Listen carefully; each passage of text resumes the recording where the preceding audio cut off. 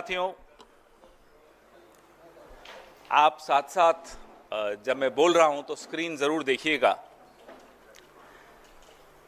हम बचपन से सुनते आते हैं कि जब भी कोई चोर बड़ा खजाना, बैंक, ट्रेजरी लूटने जाता है तो वो सुरंग बना के उसके अंदर घुसता है। जब किसी बैंक में सामने के दरवाजे से आना मुश्किल हो तो एक सुरंग बनाता है चोर और बैंक के अंदर लॉकर्स जहां होते हैं वहां घुस जाता है। और अक्सर हमने ये भी सुना है कि वो चोर बैंक के चौकीदार से जरूर मिला होता है। चौकीदार उसको गूढ़ रहस्य बताता है। The guard of the bank normally helps the thief to get into the bank through a tunnel route. What has happened now in Maharashtra is also something similar. जो महाराष्ट्र की महायुति सरकार ने किया है वो लगभग ऐसा ही एक काम है, कांड है, डाका है, चोरी है और एक बहुत बड़ा घोटाला है। 10,000 करोड़ की ये डकैती सरकार ने खुद करवाई है।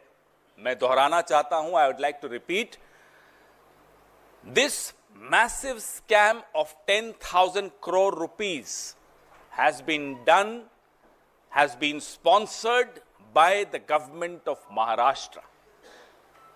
आप लोग सोचेंगे ये कैसी बातें कर रहा हूं, और ये 10,000 करोड़ महाराष्ट्र के हमारे मराठी भाइयों के, हमारे मारवाड़ी भाइयों के, हमारे गुजराती भाइयों के, हमारे तमाम लोग जो महाराष्ट्र के टैक्स पेयर हैं, मेहनत करते हैं, पसीना बहाते हैं, उनकी कमाई से 10,000 करोड़ लूटा गया, सरकार द्वारा लूटा गया। आप बढ़ाइए इसको भी साथ साथ। आपको मालूम है कि ये जो प्रीपेड चंदा और पोस्टपेड धंधा हम आपको दिखाए हैं, पहले भी कई बार हमने इलेक्टोरल बॉन्ड्स के विषय में बताया है आपको कि कैसे चंदा दो धंधा लो की एक स्कीम चल रही थी और उसको सुप्रीम कोर्ट ने आकर रोक दिया।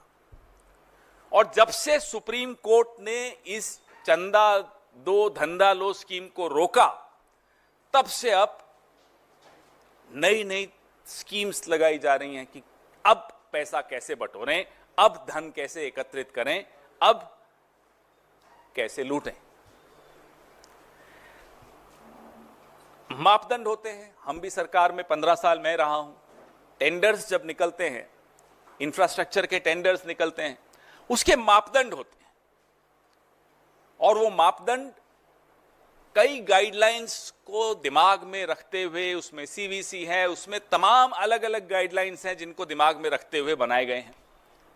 उन तमाम मापदंडों को किस तरह से बदला गया, एक मापदंड का मैं आपको उदाहरण दूं कि ये जो प्रोजेक्ट्स हैं, किसी भी एक कंपनी को 2 से ज्यादा पैकेज या प्रोजेक्ट्स नहीं मिल सकते। ये एक मापदंड है, स्पष्ट मापदंड है, MSRDC का मापदंड है, Maharashtra state road development corporation का।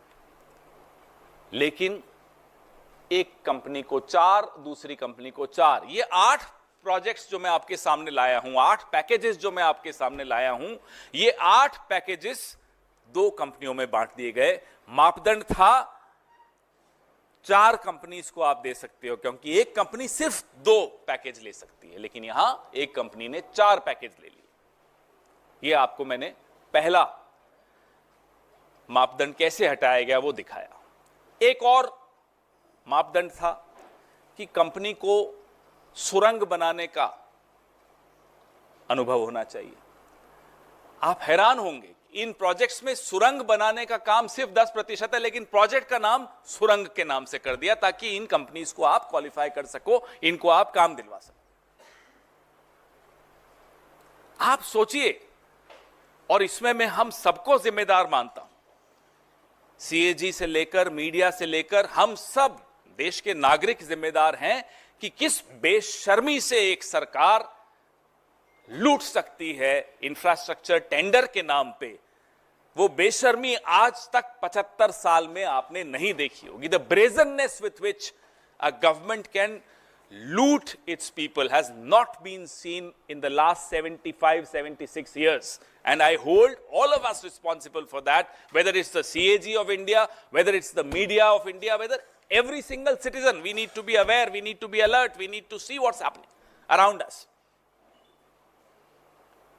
ये बिना रोक टोक के, कोई शर्म लिहाज नहीं, कोई हया नहीं, कोई दिक्कत नहीं, कोई भय नहीं, कुछ डर नहीं, ये कब आता है? जब आपको भरोसा होता है कि कोई देख नहीं रहा, और अगर कोई देख रहा है तो भी मेरा कोई कुछ नहीं बिगाड़ सकता. ये मानसिकता इस सरकार की, भाजपा सरकार की ऐसी आ गई है कि पहले जो काम महाराष्ट्र में हम सुनते थे, बचपन में आप लोग भी सुनते थे कि डी कंपनी लूटती है साहब, फिरौती ले लेती है, किडनैप कर लेती है, धमकाती है. माफ कीजिएगा, अब एक नई कंपनी है, उसका नाम है B company, B for BJP. अब ये काम बी कंपनी कर रही है. इलेक्टोरल बॉन्ड्स में भी 13% इलेक्टोरल बॉन्ड्स का चंदा महाराष्ट्र से वसूला गया था. बी कंपनी, याद रखिएगा, ये नाम अब बार बार दोहराया जाएगा. एक जमाने में डी कंपनी थी, आज मोदी युग में, अमित शाह के युग में बी कंपनी आ गई है और लूट रही है महाराष्ट्र. आप ये जो सामने आपको दिखाया जा रहा है, इसमें आपको एक और चौंकाने वाली बात मिलेगी कि जो प्रति किलोमीटर की लागत कंस्ट्रक्शन करने की बाकी राज्यों में या एनएचएआई ने जो प्रोजेक्ट्स आवंटित किए थे, उसमें प्रति किलोमीटर की लागत कितनी थी वो आपके सामने है. थोड़ा इसको दिख रहा है आपको क्लियरली? और इन प्रोजेक्ट्स, जिन प्रोजेक्ट्स को मैं आपके सामने लाया हूं महाराष्ट्र के, इसमें वो लागत दुगुनी कर दी गई. ये सबसे चौंका देने वाली बात है. The cost of construction per kilometre has been doubled of what it was in earlier projects given by government, given by NHAI in other states. What is so special about these projects? Why has the cost gone up by 100 times? How can it be doubled? ये सवाल बहुत गंभीर सवाल है, क्योंकि जैसा कि मैंने आपको कहा, 10,000 करोड़ महाराष्ट्र के टैक्स पेयर की जेब से निकाल के सरकार ने कंपनियों को दे दिए और दूसरे हाथ से कंपनियों से फिर ले लिए. नहीं तो कंपनियां क्यों लेंगी इतना पैसा, और आप दोगे क्यों? आपके कोई सगे थोड़े ही हैं वो. लेकिन ये 10,000 करोड़ भाजपा ने कैसे लूटा, ये मैं आपके सामने लाया हूं. अब आपके सवाल, अब वो आप भी ढूंढेंगे, सारा काम हम ही से कराएंगे. फिर आप क्या पॉलिटिक्स करेंगे अगर हम जर्नलिज्म करेंगे तो? पत्रकारिता आपको करनी साहब, हम आपके सामने कुछ तथ्य ले आए, अब आगे खोजने का काम आपका है. सारे केसेस मैं झेलूं, फिर आप क्या करोगे?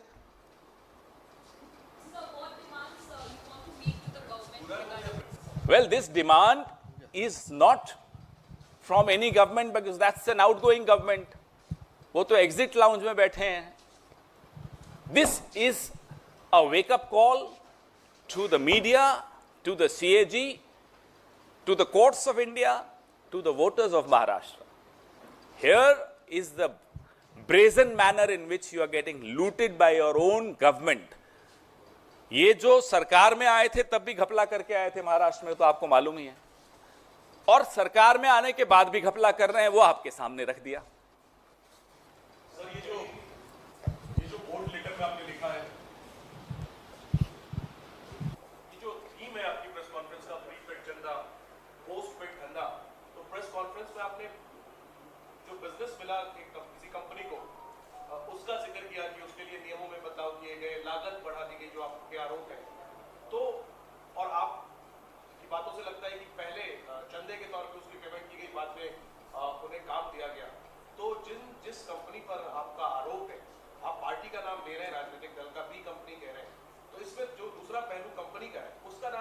वो आपके लिए छोड़ दिया ना मैंने, कुछ काम आपके लिए छोड़ दिया मैंने कि अब आप बताइए कि कौन कंपनी है, उसने कितना पैसा कब दिया, इलेक्टोरल बॉन्ड्स में भी दिया उन कंपनीज ने, आपको मिल जाएगा, आधे घंटे का काम है आपके लिए। नहीं, क्या ये इसकी वजह ये है कि उस कंपनी ने कांग्रेस को भी चंदा दिया हुआ इलेक्टोरल बॉन्ड्स के डिटेल में है क्या, इस वजह से आप कंपनी का नाम नहीं ले सरकार रहे? में तो है नहीं, स्टेट गवर्नमेंट्स में तो है मैं सर। कह रहा हूं आप वो भी देख लीजिएगा।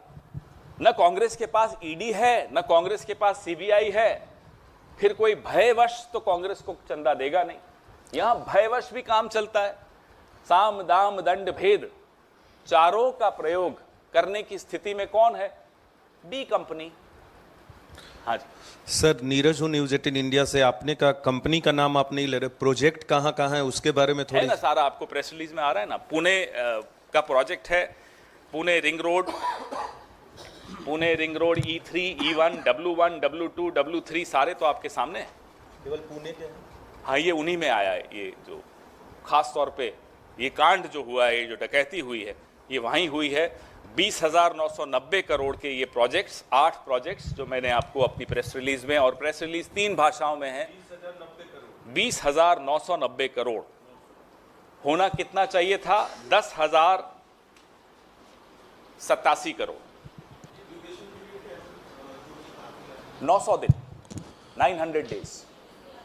पवन सर, अभी कहाँ, इसके अलावा क्या सवाल है? यही सवाल है। नहीं पवन सर, आप सवाल ये है कि आप कह रहे हैं ये आउटगोइंग सरकार है, तो क्या आप कॉन्फिडेंट हैं कि महाराष्ट्र में आप लोग सरकार बना रहे हैं, और जब आपकी सरकार बन जाएगी तो किस तरीके से जांच की जाएगी और क्या जांच का दायरा बिल्कुल रहेगा? जांच की जाएगी। इस तरह के जितने भी प्रोजेक्ट्स इस आउटगोइंग सरकार ने इस तरह से दिए हैं, जहां टैक्स पेयर का पैसे को लूटा जा रहा हो, सरेआम लूटा जा रहा हो, उसकी ना केवल जांच होगी, वो दोषी कोई भी हो, वो दिल्ली में बैठे हो या मंत्रालय मुंबई में बैठे हो, कोई भी दोषी हो, ज़्यादा करके वो दिल्ली में ही बैठे हैं, उनको बख्शा नहीं जाएगा।